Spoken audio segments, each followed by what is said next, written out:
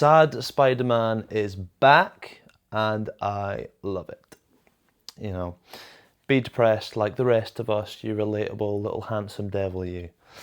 Um, I don't know. It's weird when you enjoy watching someone be sad, but it's not because you like and want him to be sad and depressed. It's just more relatable, and you feel more close. You feel closer to the character, which is what was sort of lacking in the past few Tom Holland Spider-Man movies. Because how do you relate to someone that not only has his spider powers, but he's also mates with a billionaire that gives him everything he wants and needs, and therefore doesn't really need to rely on himself too much because he's got a helping hand in the Homecoming from Iron Man, and then in Far From Home he still had help from Iron Man, and then Nick Fury as well, and then No Way Home he still had all this access to amazing Stark tech, and then he's also got the other two Spider-Men in there and help from his friends. Whereas in this one, it's very reminiscent of a Tobey Maguire Spider-Man because he has no one and nothing, and he's lonely and has no friends. He's still got his fabricator, but I think he made it himself, so that, it's obviously like an amazing machine that can do anything. So that's still obviously very unrealistic, but, in his world it exists, so we'll let it slide. But yeah, it's very sad movie. I'd say there's four main scenes, which are like the most depressing ones and will have you tearing up a bit. Especially in my cinema screening, I went to see it with my friend Shan, shout out, and there was a lady sat in the row in front of me when it got to the specific scene of, if spoilers, by the way. I mean, obviously, I'm talking about the movie. There's going to be spoilers, so if you've not seen it, I'm sorry. But yeah, there was a lady sat in the row in front of me, and it's just after the scene where Tom Spider-Man sees MJ with her new boyfriend kissing, and he quickly sort of vacates the party after that. He's like, well, I'm not sticking around to watch this. And it's sort of impacted him more than he thought he would. And he just leaves the party, goes up to a building, and then just starts swinging through New York, tears in his eyes. You can see the hurt in his face. He doesn't even have his mask on because he doesn't even care. He doesn't care if he's seen by anyone, because he's just like, I don't care. And it gets to the point where he swings up really high, and then, he just free falls, and he's looking up at the sky, plummeting to the ground, and he's going, you can see in his mind, what if I just don't, thwart a web and save myself? What if I were to just kill myself right now? So you can see the immense pain in his eyes. We've all had those sort of dark feelings where we're like, oh, what if I just, you know what I mean?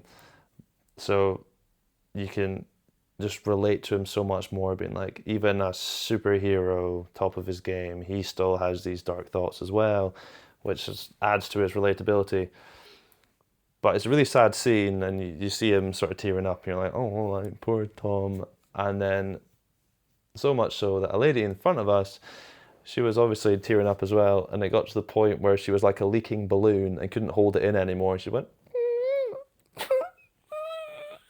which took us completely out of the scene, and we just started laughing at that point, going, oh, well, thanks for sort of ruining the moment.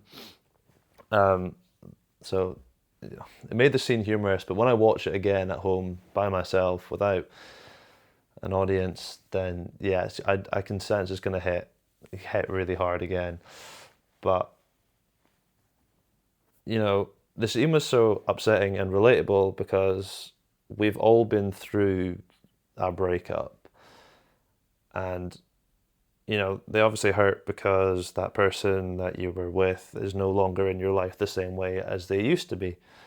So seeing that play out on screen from a superhero's perspective, who you aspire to be like, and he's super strong and he can do all these amazing things, and then you can see, oh, but he's still a human as well. He still shares these emotions. So sort of watch that play out, and you're just like, oh, yeah, I'm like that too. Oh.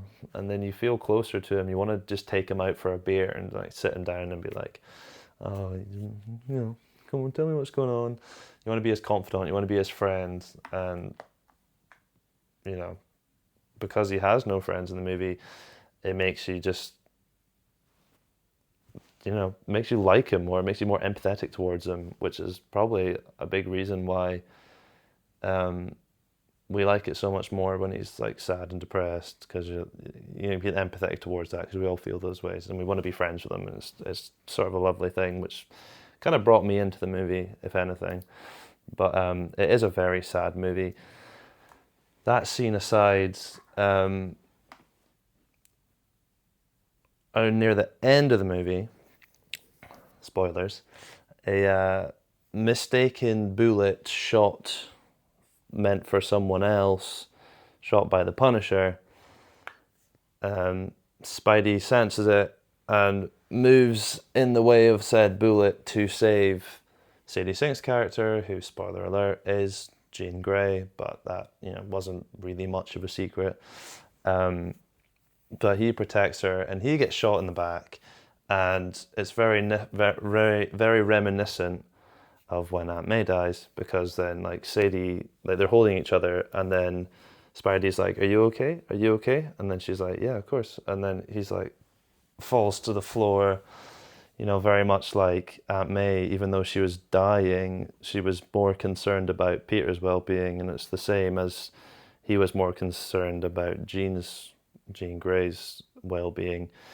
So it very much shows like how his character's developed, and he's followed in the sort of footsteps of his Aunt May, which is sort of lovely to see. But he's on the floor and you see him bleeding out very quickly, and you're like, for a moment I was like, are they really gonna kill off Spider-Man? Like, that'd be such a ballsy move, being like, oh yeah, Tom Holland's gonna be our Spider-Man. We're gonna make him do it till he's 90, sort of vibe to the situation. But when you see him bleeding out, and it's just like, the exact sort of situation that when Aunt May died, you're like, well, I was anyways. I was sat in my seat going, oh, are they really gonna kill off Spider-Man? I did not see this coming. Damn.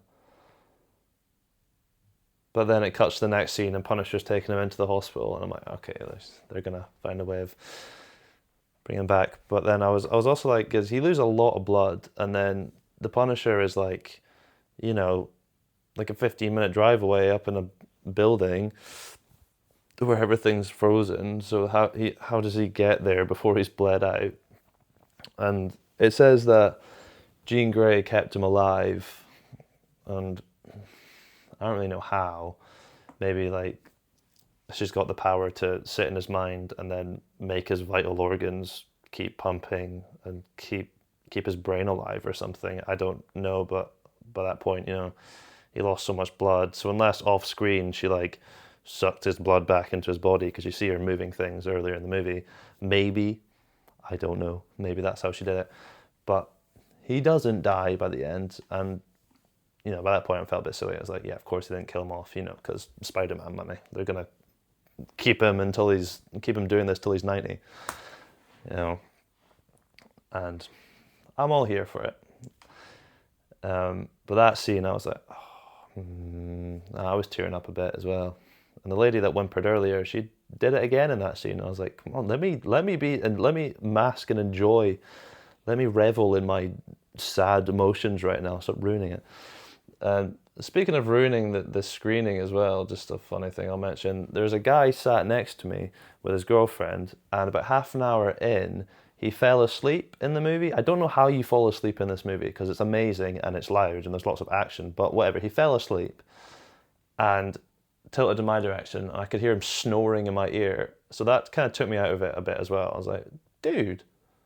And then he would wake up, and then he turned to his girlfriend and go, oh, what did I miss? And then she's like, and then I could listen for the next 5 minutes of her going and telling him everything he'd missed. And he goes, oh, okay. And he'd watch for another 20 minutes, and then he'd fall asleep again and start snoring. It happened 3 separate occasions, and he'd wake up and his girlfriend would fill him in on everything he'd missed. So I was getting a running commentary from my right, a snoozing man as well, and a whimpering girl in front of me. I'm going, oh, guys, This is why I watch movies alone at home. Like, it's fun going to the cinema and enjoying that cinematic experience, but also, you know, people just don't respect the cinema, all right? You can cry, but do it quietly. And don't fall asleep and snore, for goodness sakes. Like, enjoy the movie. How disrespectful. And I was down in London for the day. We went to, it was like a super screening, whatever. We're up on a balcony because we're like, we don't usually do anything like that, but we're like, go big or go home. It's a Spider-Man movie, and we absolutely love Spider-Man. So we sat up on the balcony where you pay like twice as much for a ticket. So he'd obviously paid twice as much to sit there, and he was sleeping the whole time. So I don't know. I just got that vent off my chest because I was disrespectful to Spidey. I mean, come on. How do you fall asleep in a Spider-Man movie? But anyways, I digress. Moving on to more depressing scenes of the movie, which make it so relatable and nice to watch, even though you're crying. It's nice to go see a movie when you've not cried for a while, and this is the excuse for crying. I'm a man, don't know. But the one scene where, so Jean Grey, at the start of the movie, she's presented as the villain, and she does villainous things. I'll get to why she's not really the villain. She does villainous things, and the worst thing she does, apart from she gets a guy to jump in front of a bus or something and kill himself, but apart from that, the most villainous thing she does is she overtakes poor little Spider-Man's girlfriend, MJ. I'm just going to show off my toys at the same time as I'm talking about this, because I don't have an opportunity to. They just sit on the shelf. But you've got MJ. She gets overtaken by Jean Grey. I don't have a Jean Grey toy. And Spider-Man. I've got other ones, but I just think the gingerbread one is really cool. What do you guys think? It's very awesome. But anyways, MJ gets mind controlled by Jean Grey, and to begin with, you think it's MJ, and Spidey goes to MJ's flat. You see in the trailer, he's like, I don't have time to explain, but you're in danger, you need to come with me. And she's like, okay. At that point, she's being mind controlled by Jean Grey. But he collects her up and swings to this building like nearby, and it comes from this point of view where she starts to figure it out, and she's like, we used to know each other, right? Like, how did we know each other? Because you've saved me 3 times now, once in school, like once at the on the school trip, and then in Venice, and then now, and during the events of No Way Home. So like 4 times she's been saved by him. So she's like, that's not just by chance. We knew each other, right? And it reference, like, so it's like a reference back to No Way Home, where she's like, you better come and tell me, like, after her brains are wiped, you better come and tell me, who you are, otherwise I'll just figure it out anyways. So this is showing a scene where it's like, she's figuring it out, which, is a nice idea. I mean,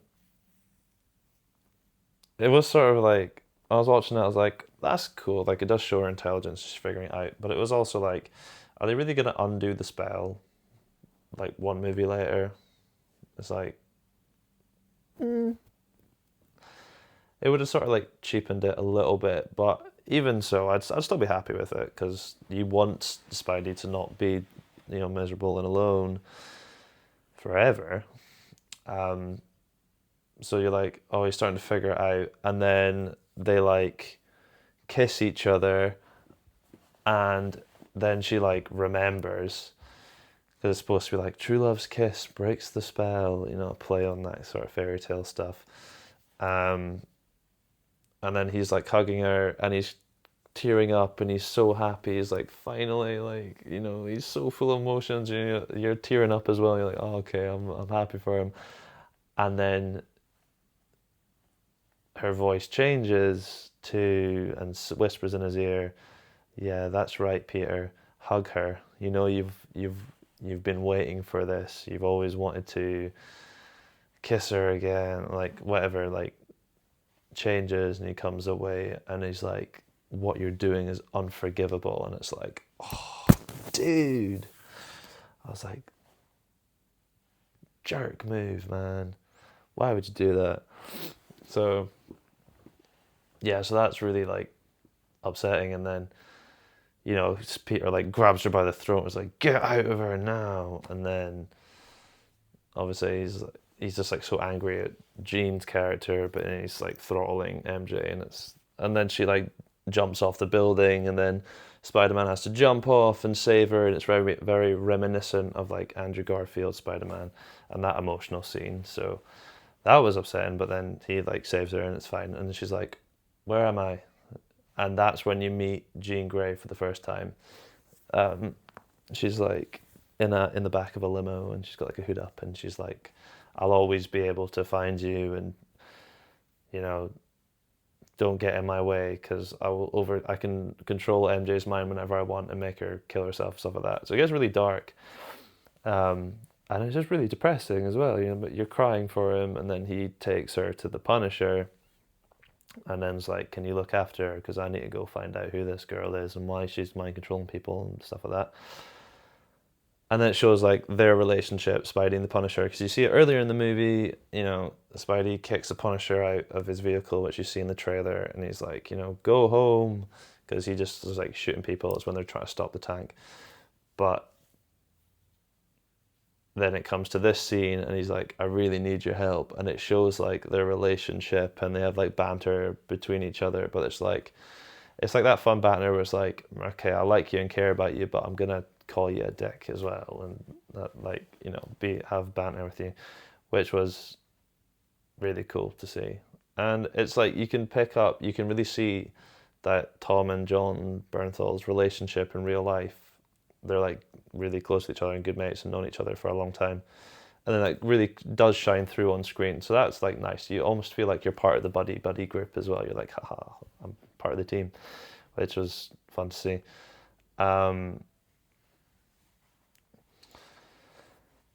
And it also touches on his loneliness of watching his friends grow up and go through uni and progress and enjoying life, but he's just watching it through his screen, and he's missing out and doesn't have his friends anymore. But it also, that touches really on the sort of theme of loneliness, because that's really relatable today. How many people are just doom scrolling on their phone, looking through Instagram, and then comparing themselves to people with, a really nice car, and they're on holiday, and they're impressive, and they're very pretty, and they're living their lives through watching other people's lives, and they feel not good enough, and, feel self-conscious and degrade themselves and all this sort of thing, because they just don't feel like they're living up to their potential, or they're missing out on stuff. So that was also sort of like a nice, theme and like commentary on what the world is like today, which makes it even more relatable in that scene. And also, another theme of touching on loneliness and isolation is when just the fact that only Spider-Man can tell where Jean is, and he can sense like her mind powers and when she's jumping, and he's the only one that can do it, which just shows also his like isolation as well, where he's like, only I can sense where he is, and no one else can, and makes him feel alone in that as well. So even when he's doing something impressive and skillful and using his powers, he's still alone in that, and it's constantly hitting home his loneliness. So it really is just the saddest Spider-Man movie we've got so far, because it's a constant theme and it constantly hitting home of his isolation and loneliness. And even the new detective he's sort of friends with, she even says to him like over the phone, take a break every once in a while, go hang out with your friends. You do have friends, right? And he plays off as a joke like, we're friends, aren't we? And like, plays it off as a joke, but like every sign is pointing to him like, you're lonely, you need friends, you're isolated. And it's, I don't really know what else to say that other than it's a really lonely, human and relatable movie. And we'll talk about the post-credit scenes, why not? So at the very end, it's a very brief post-credit scene of Ned's Spidey tracker that he's made, and it shows like New York, and then Spider-Man tracking where he is disappears, and it zooms out, and it zooms out more to show the whole Earth, and he's nowhere to be seen, and it zooms out past the moon, and then he pops up somewhere else in the universe. Whether or not that's Tom Holland Spider-Man or Toby or Andrew, whether it sets up going into Doomsday or Secret Wars, what it could mean, who knows? It's most likely detecting Toby and like the incursion of the Earth's, the different worlds, universes, whatever, coming together, and it's like, oh, we've picked up another Spider-Man coming in. So that's probably what it is, but we might find out about it in Doomsday or Secret Wars or whatever, yet to be seen. But yeah, I really enjoyed the movie. I thought it was awesome. Definitely our saddest Spider-Man movie yet, but yeah, best movie, 10 out of 10. Go check it out if you've not seen it yet. It's awesome. Chef's kiss.